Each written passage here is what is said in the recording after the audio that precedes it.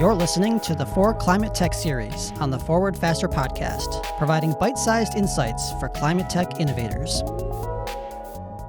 Hello and welcome to For ClimateTech's podcast powered by Forward Faster. I'm Chris Carpenter, Marketing and Community Specialist with For ClimateTech. With me today is Dan O'Connell, Site Manager for the Rochester Operations for Plug Power, previously the co-founder and CEO of American Fuel Cell, and co-founder of and COO of the Standard Hydrogen Corporation. Dan worked at GM for over 30 years, retiring as the Director of Advanced Technology Demonstration Vehicles. Dan, hello, and thanks for joining us. Great, thanks for having me. Nice to be here. So Dan, would you, just to give some context for the folks tuning in, can you kind of walk us through your corporate story? I mean, I know there's a lot to cover. You've definitely been your hands in a little bit of everything. Sure. I think where I'd like to start is maybe just a quick background on a fuel cell. Maybe not all of our audience knows how they work, but it's a pretty simple concept. As long as you have hydrogen on one side of this membrane and you have oxygen from air on the other side, they come together and through the chemical reaction, they make H2O, which is water. So it's a pretty simple process, and that technology has been around for a long time. It was used on the space program, and it was invented way back in the 1800s. And so it's pretty simple in reality, but it also is not combustion. So there's really not a lot of emissions from the fuel cell process. It's very clean technology. But way back when my previous employer closed the facility in Honey Falls, not everyone wanted to move to Michigan. So a large group of folks didn't move. So when I left GM, I started consulting, and everywhere I went, people asked me, what happened to all those people that stayed in Rochester, and why wasn't I doing something with all those resources, and why wasn't I building something in Rochester? So my partner, Dave Wetter, and I, we sort of met and discussed options over breakfast one morning and said, what could we really do here? Because he was getting sort of the same kind of feedback.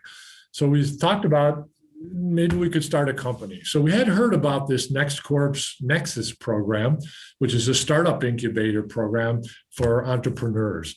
So we sort of applied, not thinking we were going to get it, but we sort of applied, and sure enough, we got accepted. So that is really where it kind of all started. Jim Sonal and Doug Burkle and others really believed in Dave and myself and in our technology. And they provided several entrepreneurial resources and kind of guided us down the path to putting together a business plan that really sort of made sense and really started to focus us on the core technology in a fuel cell, which is this membrane electrode assembly. So our concept for the startup company was to sort of leverage the Kodak facilities and all of the great equipment there, and our connections with local suppliers, like EEP and some others, to sort of bring fuel cell technology to Rochester. Our primary goal was to bring high-tech, high-paying jobs to the region. We really wanted to try to kind of build a fuel cell nucleus here from some of the folks that were around and some of the local suppliers. So we knew we had the human capital that we needed. So we just sort of try to let that be the impetus for starting it. So we had this idea to make this core technology, the fuel cell membrane electrode assembly, an MEA, very inexpensively. And so we set up shop over at one of the Kodak facilities where they had some wet labs where we could do some technology. So in the beginning, we didn't have a lot of test equipment, and so we relied sort of on RIT as the programs over there through Dan Smith and the Galisano Institute and the pollution prevention program over there. They really helped us out. They tested some of our early materials. They validated our performance, kind of like a third-party validator. So that really sort of basically almost put us on the map from a performance and a starting from a technology. So we were fortunate to get some nice CERTA money as well to build our prototypes, which really, really helped us out. We started sampling some of those to, probably a half a dozen different customers, including Department of Defense. And eventually we sold a few parts to Plug Power. We were sort of hand building them in the lab at the time. We really hadn't defined our process really well. So we were sort of still in the experimental stage, but we were fortunate to get some seed money from Teresa Mazzullo at XL Partners, and NextCorp continued to fund us even after we left the NEXUS program. And some of our friends and family also kind of contributed. So we had just enough money to keep going. But it turned out, Plug Power really liked our product so much that they asked us how fast we could ramp up to some higher volume, to the thousands of parts. That sort of scared us because to that point we had made but a few hundred parts, and so we really weren't thinking of how to really ramp up. They sort of kind of pushed us to say how fast could we go, and we were pretty much personally tapped out for cash. We had the NYSERDA program, we had some funding, but we were really kind of strapped. And to be honest with you, after 4 years without a paycheck, my wife was kind of pushing me to get something going. So we had a choice to make. We could grind away at fundraising, or we could discuss sort of an acquisition with Plug. So sort of met with Andy Marsh, the CEO at Plug, and we eventually struck a deal on having Plug acquire American Fuel Cell. And at the time, we had an idea and a handful of prototypes and some notion, where we could get suppliers to do the work with us.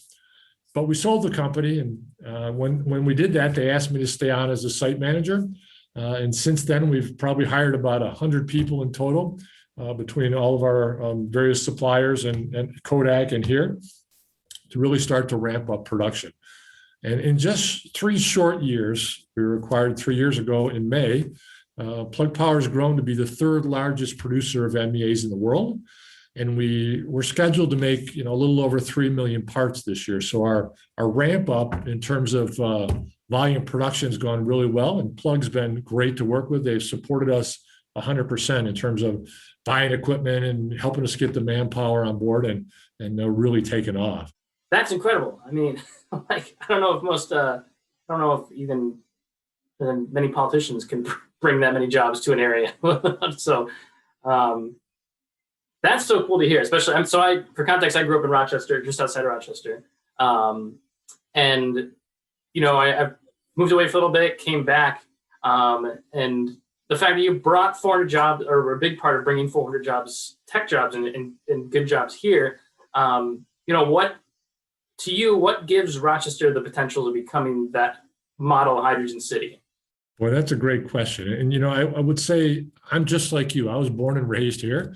I moved away for a while, worked in Michigan for a dozen years, and then worked internationally for a couple more years. But, I really love the region. And when it came time to raise a family, I was really happy to move back to Rochester.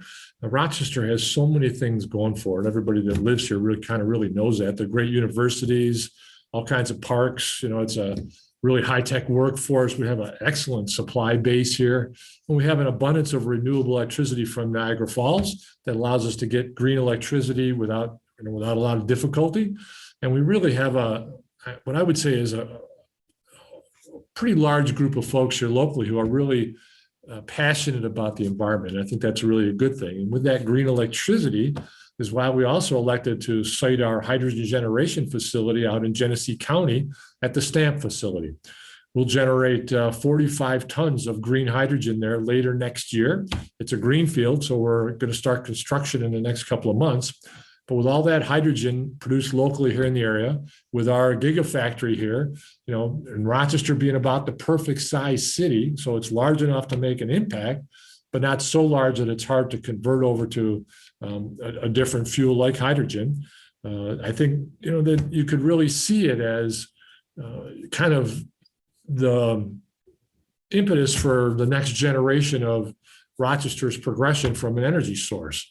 And in fact, we could start talking about trucks and buses all running on hydrogen. We could talk about industry using hydrogen, and even, airport tugs and those kind of things, as well as, we've started to take a look at some programs with airplanes to start to look at fuel cells for airplanes.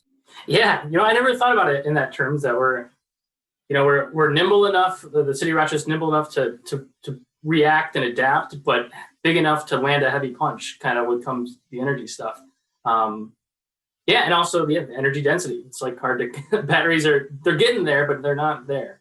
So early on, you kind of glossed over this in the story of just, you went like 4 years without collecting a paycheck. Yeah. That's a strain on yourself and your family. So there's a lot of scary parts, I imagine, to this story. And kind of early on, what did you fear that kind of ended up not being a big deal, or what kind of things were you like, wow, we got really lucky? So. Well, we did get really lucky, but the biggest thing that kept me up, that I still worried about was being able to make payroll. That was the only thing that was really not as big a deal as I worried, because you really hire on people and you worry, am I going to be able to pay them every week? And is there going to be a money flow? And can I get sales going? And that would keep me awake most nights. And so I was certain that we could execute on the plan, but I was always worried that I had enough money to do the resources to get it done. I mean, yeah, I think it's more than enough just to worry about your own paycheck, let alone everyone else's. So I think it's a good sign of a good leader there. But kind of moving on, and through all of that, through all like the stress of making sure everyone's paid and finding funding and executing this plan, how do you keep yourself motivated through those low points or some of the more intimidating parts of starting your company? I can tell you there were a lot of low points. So for me, it was always about bringing the technology to market at scale and kind of enabling the industry by reducing cost. And if you look at batteries, you look at fuel cells and a lot of other technology, it's all about getting them on parity with the king of the road today. And that is on gasoline, or whether it's, a hydroelectric plant or solar plant for making electricity. You really got to be on par with them from a cost perspective in order to really get the market rolling. So we stayed laser focused on reducing the cost, and we wanted to bring the jobs to Rochester. And those are the two things that kept driving me. I really believe that we could put all the pieces together here in Rochester and do it. And basically we have. So I think we were lucky there, but our expansion here is really exceeding my ambitions, right? This gigafactory that we're putting in and the jobs we're adding, it's sort of almost beyond my imagination when I started American Fuel Cell and then when Plug bought us, but it's all going great. And I always tell my master's level students at Nazareth College, where I teach a leadership program, is you have to find something you're passionate about and then do that. And then the next step is you need to find a way to make money at it. And that's almost just as hard as finding what you're passionate about. You need to find a way to make money. But me, I'm passionate about the environment, and I'm passionate about the Rochester region, and kind of really trying to bring manufacturing jobs back to the US. And I really think fuel cells can make a difference. And I think the technology is time is now. And so I'm really excited about it. So with that being said, and now that you said it's kind of growing beyond your ambitions, and clearly you are compassionate about the teams you make. What advice for founders do you have when they're building out their teams? Just things to think about for them as they, you guys went from making small parts in a lab to 3 million parts in a very short amount of time, or 3 million units of things. So when scaling a team, I guess, what's some of the advice there? So I guess I have a couple of pieces of advice, and one of them is always the same when I meet new entrepreneurs. I always tell them perseverance and sweat equity will serve you well, but you have to really persevere during the down times. But also, you can't be afraid to ask for help. You really need to reach out for help, and that. I'll be honest, as a CEO, I thought I knew everything. I thought I could figure everything out myself. And as soon as I started getting into it, I realized that wasn't the case, right? And there are so many great resources available and willing to help you here in our area. In fact, all over the state, and maybe even all over the country, between NYSERDA and the NEXUS program, and as well as all the Department of Energy folks who helped us along the way. It's just been phenomenal. But be open to that advice and listen to the experts. Again, I thought I knew everything, but clearly I didn't. And the course of how we got to where we are kind of changed on a monthly basis, and so I just need to be open. When I speak to other CEOs, I really encourage them to surround themselves with the best talent they can find. And when you're at the top and you think you're really smart, that's often hard to do because your ego is kind of big. But as a leader, you need to do a self-assessment and decide where your weaknesses are, and then hire folks around you that are strong in those areas. And it's really a mature thing to be able to do. But once I realized, hey, I wasn't the expert on finances, I needed to find a finance person to help me out. It got much easier then, right? When I stopped playing around at night trying to figure something out, I just got the help, and we streamlined some things on insurance and those kinds of things. It just was really good to get some help. So that has always served me well, and it forces me also to raise my own game, right? To look at myself as a leader and to surround myself with the strongest people I can, and then try to keep up with them. And so that kind of always raised my own game as well. So I think that was a real learning experience for me as a CEO of a company. Yeah. So kind of knowing what you don't know. Yes. And then surrounding yourself with those who do. Exactly. That's good. And this kind of brings me to our the signature question of our podcast is, you could fast forward 10 years. How do you think the climate tech landscape and the clean tech landscape in general will have changed? Boy, that's a really great question again. And so one of the issues I'm most concerned about is the lack of a consistent energy policy in our country. It seems that our energy policy changes whenever a new administration takes office. And to me, that makes it really kind of hard to sustain technology development or even sustain DOE funding or local funding, because it varies every 4 years or maybe every 8 years. Things are kind of moving around all the time. So it's tough to hit a moving target. It's unfortunate that politically we can't stay the course on a national energy policy. That it seems to me that's something we ought to be able to do because it's so important to the future of our country. And so that being said, I appreciate the return to the Paris Accord and the vision, kind of that clean technology. And I believe that the clean technology can really help fuel the economy. So I think we need to keep up with the rest of the world, and we need to find ways to bring technology, manufacturing, jobs, as well as consistent funding to the U.S. early on in the product life cycle and let us take it all the way to fruition. And to me, that's something hard to do. But I think it's something that if we could as a country focus on would really help us. And so in the next 10 years, if we could continue to work to reduce carbon on a large scale, right? To me, that's the biggest thing. So we really need to think globally, but then act locally. And so I think it's going to take all the technology we can find over the next 10 years to bring to bear on the carbon issue, because there's really not one single bullet that's going to solve all of our needs, even though we all want it to be. And as the example I'd give is, it's not a battery electric vehicle or a fuel cell vehicle. It's really not a competition. It's going to require both to solve all of our issues. So it's not an either or which one's the best. To me, it's an and. We're going to need batteries and fuel cells and hydrogen storage and electrolyzers, and we're going to need solar, and we're going to need wind and hydro. We're going to need all of those things, I think, to kind of really bring to bear there. So yeah, I always refer to this. There's no silver bullet, but it's going to be a silver buckshot. Exactly. We'll need. That's what it's going to take. And so, and the second part of that question is, where do you hope to be in that climate tech future? Wow, that's two things. One is I hope that once I'm able to build the manufacturing capacity here in Plug Power, and then we've set it up so we can replicate that factory on a global scale, as we have some pretty big international partners that we're partnered with Renault and we're partnered with SK.